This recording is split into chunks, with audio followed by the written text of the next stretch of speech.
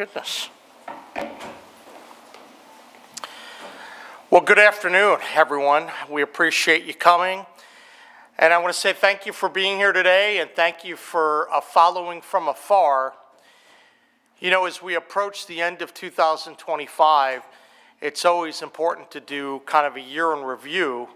And as we bring people together, we reflect on all the incredible things that are happening right here in the Mountain State, here at the state capitol, all across every one of our 55 counties. I'll start by saying we know that this year brought some hardships. We had a number of people who died in floods this year, in the southern floods earlier this year, and also in Ohio County, where we had a number of people who just experienced just this once in a million years type of rainfall. It was horrific. And of course, we can't ever forget what happened at the mine in Nicholas County, but also what happened with the West Virginia National Guard, where Sarah Beckstrom, so valiant, and lost her life to a terrorist. And people have really responded, and they've really been praying for Sarah and for Andrew. And Andrew continues to make progress. He says he's got a lot of work in front of him, but he is making progress. And I know that Mom and Dad credit a lot of this to prayer. I do as well. I want to keep asking people to pray for Andrew. Just because he is making progress doesn't mean everything's done. We have to continue to help him along in his more difficult times. But, you know, if there's one thing we showed in 2025, West Virginia takes care of our own. We come together as Team West Virginia, especially during difficult times, and I believe there's no challenge that we won't be able to overcome. Because of that team spirit, in 2025, we were able to accomplish some pretty incredible things for the Mountain State. And while I may be the one up here in the podium, I can tell you the reason why we've been able to have the success we've had is because of the great team that we have around us. We have a wonderful group of cabinet officials, credible staff in the governor's office, and so many people that have been so diligent, pushing to drive economic growth and to lift up our standard of living, increase educational attainment, and just improve the life that people have in our state, so we can really mean it when we say West Virginia is the best place to live, work, and play. So for those of you who are watching, thank you for everything that you do.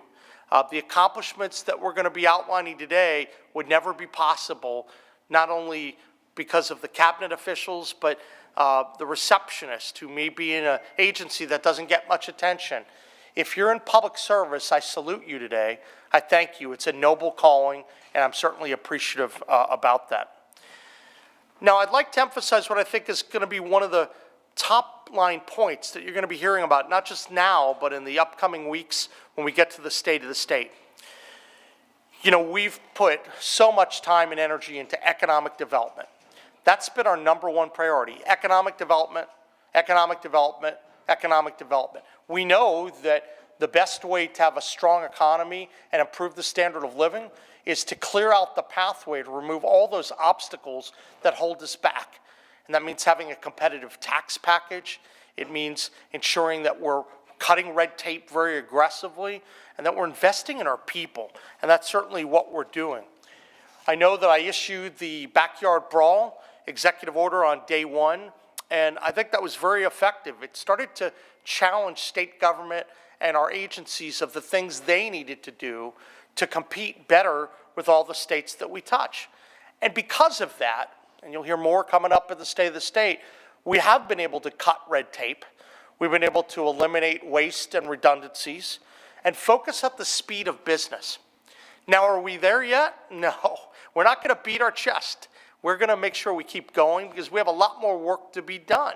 The truth is, we need to cut a lot more red tape. We need to reduce waste and try to eliminate it, and that there's a lot more that needs to be done. But we're making strides to do the things that are going to allow West Virginia to really soar from a business perspective. And that means things that businesses care about, things that people care about a lot. You know, for example, our one-stop shop permitting bill.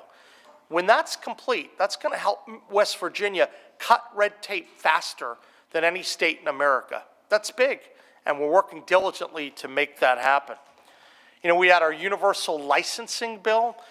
That's a pretty cool one as well, because we've already seen that that has caused significant bump up in the year-to-year licensing that we're seeing with contractors. So think electricians, think HVAC, think plumbing, think other contractors. It's big stuff because we need more people to migrate to the Mountain State. I've said it before and I'll say it again. The number one issue facing West Virginians, we have to grow our workforce participation and grow our population. And so we're starting that process. We have a lot more work to do in the new year on that, but that's big. Then, of course, we passed what I think will ultimately be one of the biggest economic development bills since I've been here, because we're already getting really good feedback on it.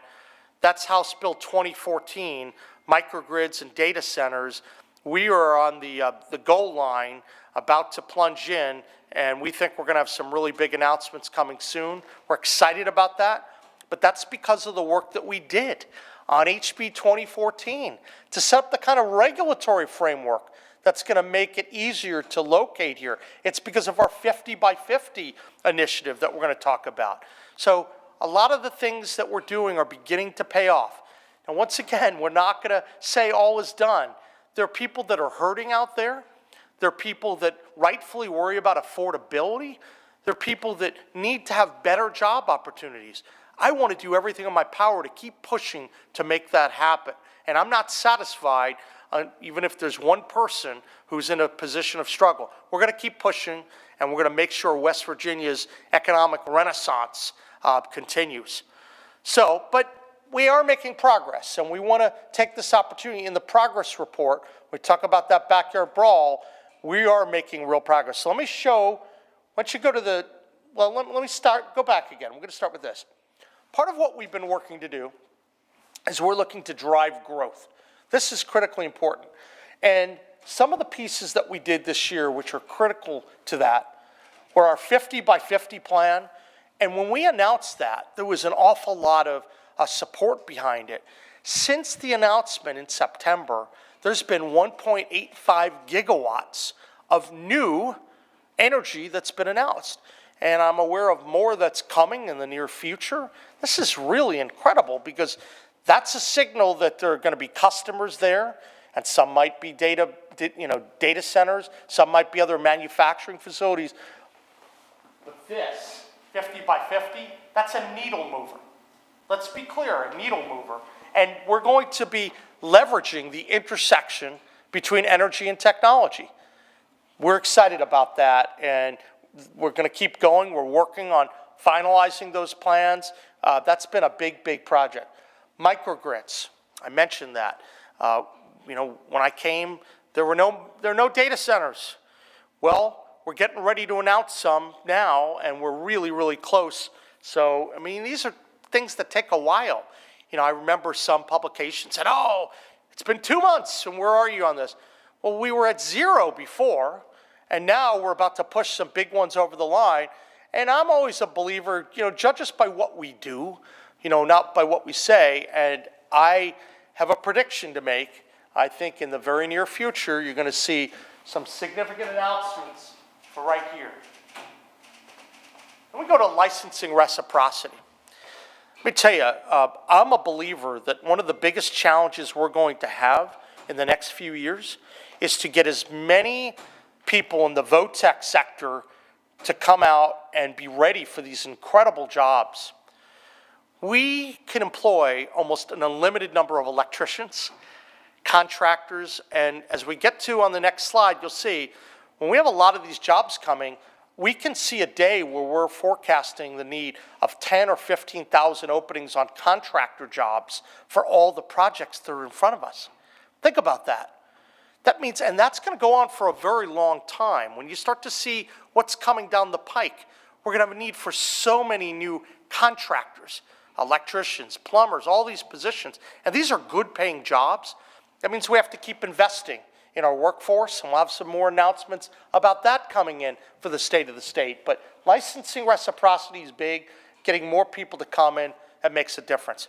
And then the piece that undergirds it all is to look at ways to wipe out these burdensome, excessive regulations and to remove the disguised taxes that arise when you have burdensome regulations in place. The way that West Virginia competes and wins in the new economy is by cutting red tape faster than any state that we touch. And that matters enormously. So we're working really hard on that. We have some additional initiatives we'll be rolling out. But I want to say that our executive orders and the work that we're doing there, we are making a difference. I'm not going to tell you that every agency has kept the right pace, but I will tell you we're going to keep pushing. Everyone has to be cutting red tape, period. And I'm going to make sure that that happens. But major progress in that area. Now let's go back. Let's go to the next slide if we can. This is important to know. This is a conservative number, we believe. And it shows that we've had over $5 billion in investment since October. And then if you break it down, over $4.5 billion in private investment. You guys see all the names. This is a recap, so you've seen these before. But this is really big, and these are going to happen from everything I've been told. Very important. You look through here, a lot of good stuff. Broadband, I put that down. Now that's the public piece. So that gets that over to the $5 billion when you add that in. That's over 5,000 jobs projected. Now a lot of them are construction jobs, but tell you what, we're going to see these construction projects. I was having conversations last week where we have thousands upon thousands of these construction jobs. Some are going to go on for 5, for 7 years. I mean, this is incredible. But we got to make sure a lot of these people live in West Virginia. They come here, they come for the work, or they come to visit, they stay for a long while. This is really, really important, and I'm excited about that, but a lot more work in front of us. And I think you see the nexus to energy. Energy resources truly matter a great deal, and I think this ties into the 50 by 50 initiative, and we know that there'll be a lot more coming in the very near future. I'm a believer that America needs to keep pace with what China is doing, and China is investing so much from an energy perspective in order to fuel the technology and the data center needs of tomorrow. West Virginia needs to be America's energy state. And wow, this is incredible what we're beginning to see. West Virginia is in a position to take that leadership, that ownership of PJM, and to really be a driver of America's energy renaissance. So a lot of good stuff that we're working on, and I know that West Virginia can rise and meet the energy needs of our nation. Now, the only way all this works is if we have the right amount of infrastructure, right? And so that's why I was very pleased that we were able to add, and I was able to support that $100 million on the transportation side. That certainly was very, very helpful because you need good roads, you need good bridges. We're working to continually make that a priority, and that's certainly what we're doing. So transportation, focus on the bridges where unfortunately the grades have been really tough. Well, that's been a renewed priority for us, and we're going to keep going at it. The goal is over that 4-year period, we make meaningful strides on it. Broadband, well, we spent a lot of time this year focusing on broadband, and I was so appreciative that we were able to announce that $546 million initiative that had been approved by the federal government. So this is terrific, but when you can bring reliable, high-speed connectivity to all parts of West Virginia and about 74,000 underserved or unserved areas, that's a difference maker, that's a needle mover, and we're thrilled to really break ground and make that happen. And that's going to lead to good things for our people. That means expanded telehealth opportunities, expanded tutoring opportunities, maybe just opportunities where people get to stay at home with their kids and watch movies on a Friday night. That's a great thing certainly to do. So we're really positioned to use this broadband investment and move our state to the next level. Now, we talk a lot about fundamentals, and we talked about broadband and roads and bridges, but let's go back to something that doesn't get as much attention: site selection, site remediation, and water and sewer. We're looking at well over $75 million of investments in water, sewer, site selection, and I know that these are not always sexy announcements. They don't always make the headlines in the news, but I'm a believer in focusing on the fundamentals. Get the fundamentals right, and it's going to make a big difference. And that's why when people start talking about, hey, I need all these funds because we have to make sure that we're luring the best companies in, yes, we want the right incentive package, yes. But you have to invest enough in the fundamentals. If you don't, then you're buying a pig in a poke, and you don't want to do that. So water and sewer infrastructure, broadband, affordable energy, wow. And then also this year, we really look closely to improve healthcare in our state. I think all of you know the statistics in West Virginia. West Virginia, fortunately, ranks at or near the bottom of many of the major metrics that we zero in on, whether you're talking diabetes, obesity, congestive heart failure, COPD. Well, we think it's critical to make major improvements in this area, and that's why we invested so much time and energy in our rural health transformation application. This is important because I think we can make improvements in this area, and if you have a healthier population, it means we're going to have higher workforce participation. It means you're going to have stronger communities. There's less strain in the healthcare system. When you have that, you have a stronger economy. You lift up your standard of living. You have more resources, which then creates a virtuous circle and puts the money back into helping people get healthier. Healthier people make a big difference, and that's why you saw earlier in the year, we created a number of initiatives to help people find their health and to find more purpose in their life. West Virginia led the way getting the crap out of the food. We led the way trying to get more people to work through our programs, SNAP and Medicaid, and we're going to keep going more and more. This rural health transformation, we believe we're going to hear anywhere from the 29th to the 31st of December, and so you'll know when we know, but that's a minimum of $500 million for the state of West Virginia. We're excited, and we think that the monies could be used to improve telehealth, to improve access to care for our citizens, and remove the health barriers that have kept so many West Virginians out of the workforce. So a lot of good stuff coming, but I want to make sure I mention a couple other key things, and then we'll take questions. You know, a few weeks ago, I announced an initiative to make sure that West Virginians get a pay raise. You're going to see more of that come out in the state of the state. But I also had challenged everyone in my administration and the legislature to get to work on PIA reform. And while we haven't been able to do the legislative changes yet that I'd still like to do on PIA, I will say this. The pay raise makes a big difference. It's going to help a lot of people. I believe that our hardworking state workers deserve it. I believe our teachers deserve it and need that in order to compete better with the other states that we touch. I believe that our school service personnel need that. And I think that it's also critical because a lot of people had experienced double-digit increases in PIA for 3 years in a row. Well, not this year. This year it's a 3% increase. And that's because a lot of the hard work that our administration has done, and we're going to keep doing that. We're going to keep working on it, and I think people will find that we're getting our arms around things from a fiscal perspective to make sure we're fiscally responsible here in West Virginia. And those are some of the changes we're making that people will see the benefit.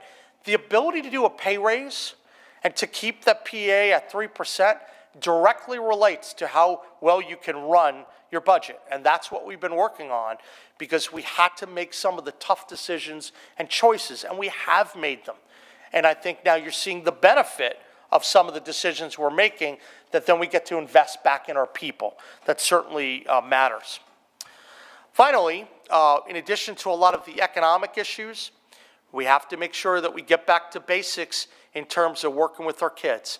We had a package of initiatives that were designed to help improve the behavior in the schools.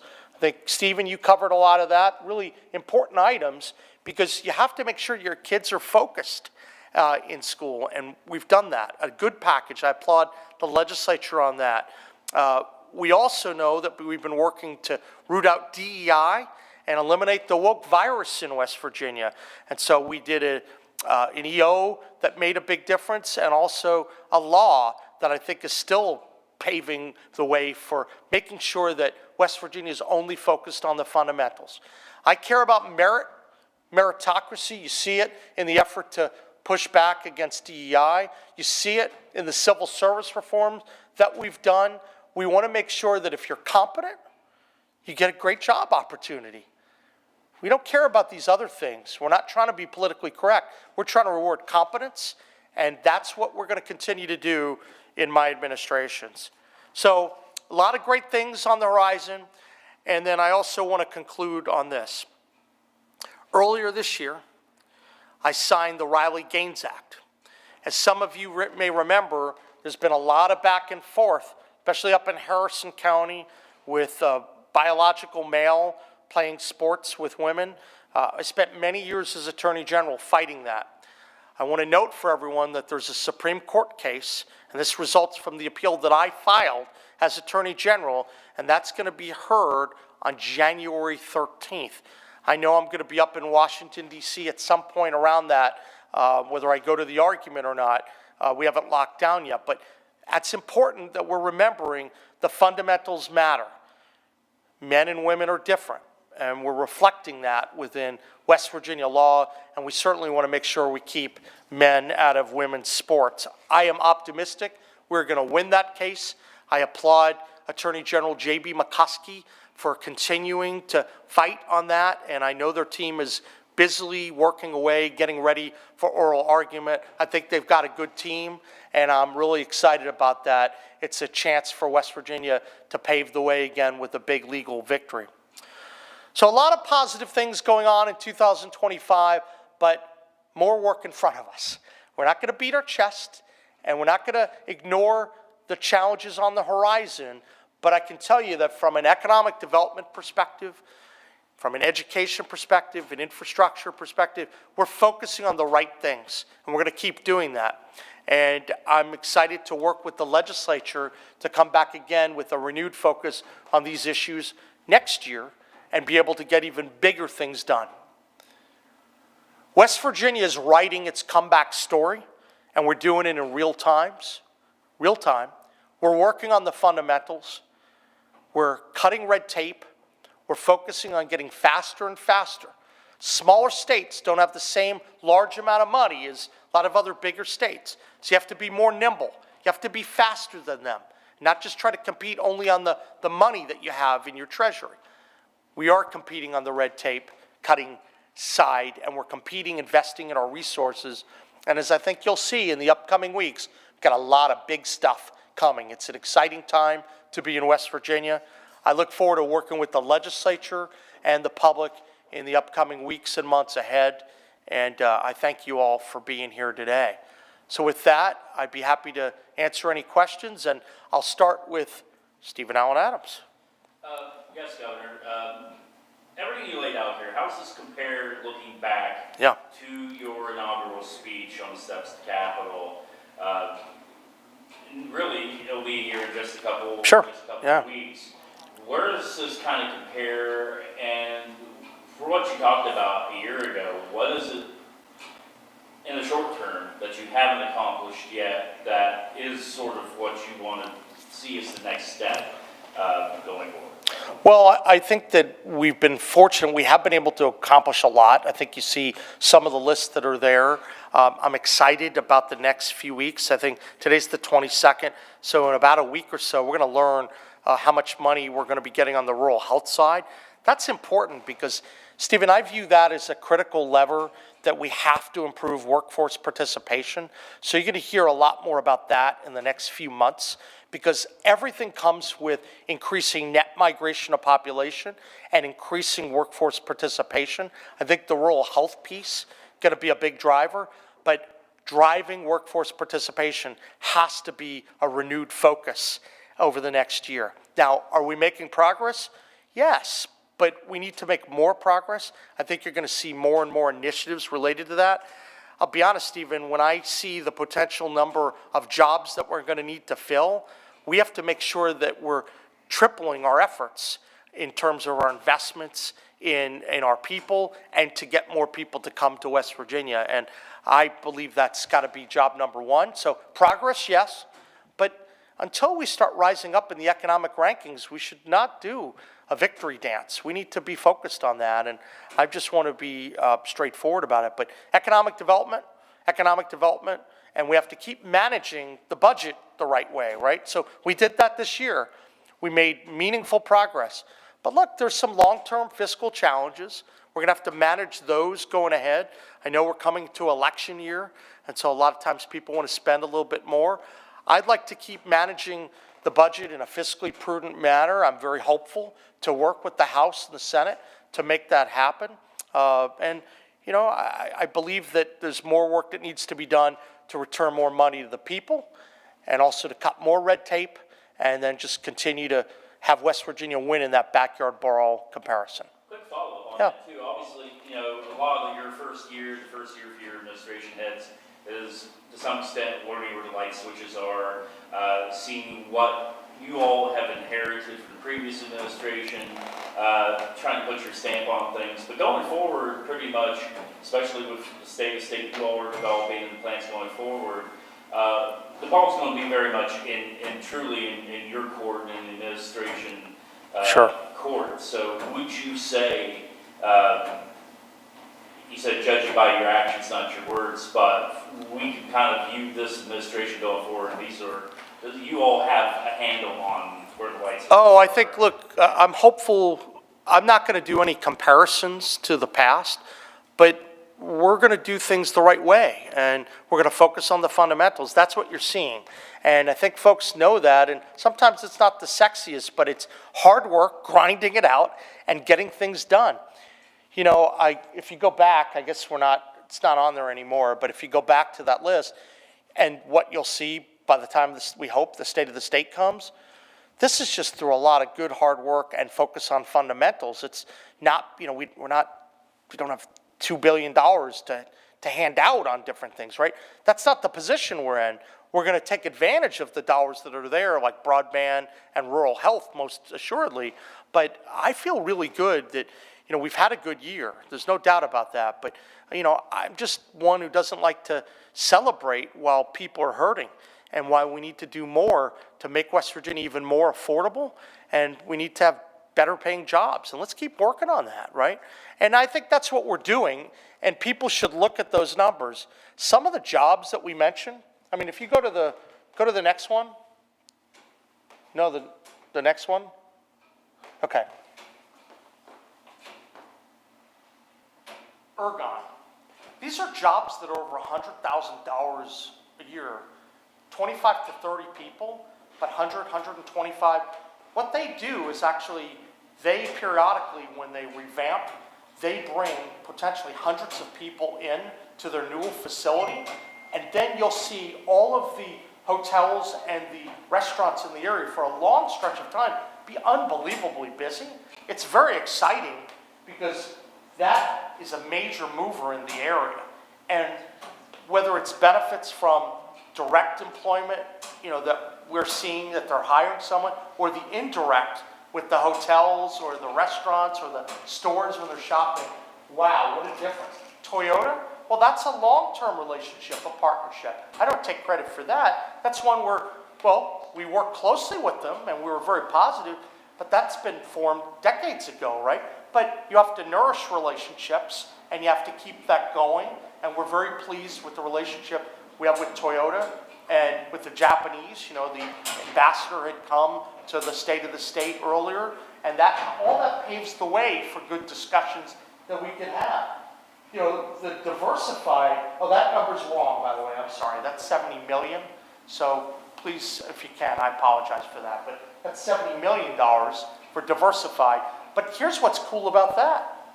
We're creating a dynamic that we have 50 to 100 jobs at about $75,000 a year plugging wells, which is great for the environment. It's good for taxpayers. These are jobs that should last 20 years. That's really good stuff. So if you're looking at the future, it's going to be a lot more of this. You're going to see data centers. You're going to see a lot of things coming in the very near future. And you're going to see numbers. You asked, how we're doing. Well, if you go back and look at the amount of private sector economic investment, I think you'll find we compare very, very well going back the last 30 years. Yeah, hey, how are you? Hi, how are you? Good. Tucker County residents are currently in the process of an appeal against the data center power plant in their area, citing fundamental data's lack of transparency on the environmental impact. With your economic agenda, how important is the will of the people versus the corporate interests that can drive this development? Can the people of West Virginia rely on you to support them when they clash with these corporate interests?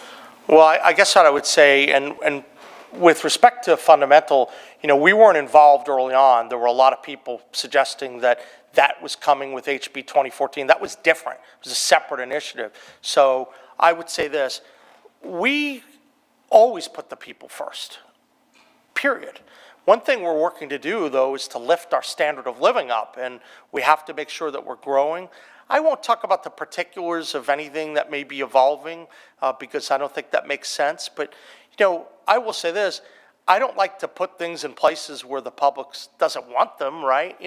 But I also know that a lot of West Virginians, I think they want to see massive investment. They don't want to be 50th in economic development, right?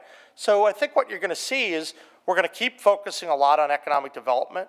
We're always going to be respectful of the will of the people. I think one thing we've done, which is really positive, we have the safeguards that we get to dictate, right? So, for example, within 2014, we get to make sure, are the setbacks done the right way? Are the trees done the right way? How's the water? What's the space between the place and the school? That's really good stuff. We get to do that. None of that has happened because no one's applied yet for that site under that provision. So certainly when that happens, we're going to be able to do the right thing. And we're going to show the people that we'll always do the right thing. We care about the air and the water in our state. Yeah, so like an example of this would be with a lot of these, when things grow, housing supply needs to grow with it. I'm sure you'd agree. I couldn't hear you. I'm sorry, ma'am. When places like Beckley and our towns grow, you need more housing. Sure, it's an issue. Some states have implemented sort of bans on Airbnb and Verbo because they're cutting up the housing supply and making it harder for residents to find housing. This is another example of when the people and corporate interests sort of clash. Would you be willing to, tell Airbnb or Verbo to cut it out? Well, I can tell you that I know that there's some key parts of the state that we need to facilitate housing development. For example, I know what's going on. There's a lot happening out in Mason County. I think you see a lot of the development out there. And I think when you have projects of the magnitude that we've seen, you want to have the right investment. There's the short-term investment, where people sometimes stay in hotels. And then there's the longer-term investment in terms of housing. I want to do that. Look, we'll look at all various policy interests, but we're going to look at it through the framework of the people, as we always do. I think that's critically important, but we always stand for the people, but we're going to make sure that we're lifting up our standard of living. That's critical. Other questions? Delaney? Nice to see you. Merry Christmas to you. Happy belated birthday. Oh my goodness, I thought I could get away from that, but yes, 58 yesterday, so. But it was a nice day spending time with the family, so I appreciate it. Any other questions that folks have? Well, I want to say thank you all for coming here today. We appreciate it. It's been a big year, but next year I'm going to be even bigger, and I'm going to make a guess that next year that list is going to be a little longer. And it's going to have a much bigger number. And by the way, that number places us very high compared to past history, the last 30 years. We feel really good about it, but a lot more to do, right? Guys, thank you very much. Appreciate it.